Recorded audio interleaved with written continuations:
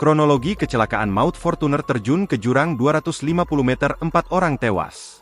4 orang tewas dalam kecelakaan maut di Jalan Tembus Dieng Batang pada Selasa, 6 Agustus 2024. Kecelakaan tunggal Fortuner terjun ke jurang sedalam 250 meter tersebut terjadi sekira pukul 15 waktu Indonesia Barat. Kecelakaan maut itu terjadi di wilayah Desa Deles, Kecamatan Bawang, Kabupaten Batang.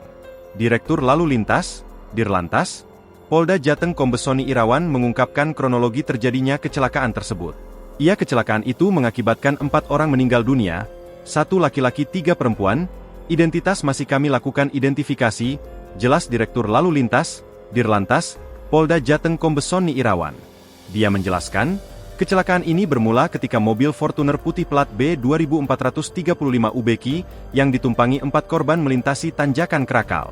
Lokasi ini persisnya di Desa Deles, Kecamatan Bawang, Kabupaten Batang. Mobil tersebut melintas dari arah Dieng menuju ke Bawang, atau melintas jalan menurun. Diduga mobil alami remblong, kata Dirlantas.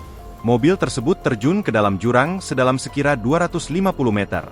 Tampak dalam rekaman video yang diterima tribunjateng.com, warga bersama polisi berusaha mengevakuasi korban. Mobil tampak dalam posisi terbalik. Puluhan warga berusaha mengevakuasi jasad korban menggunakan tandu sarung.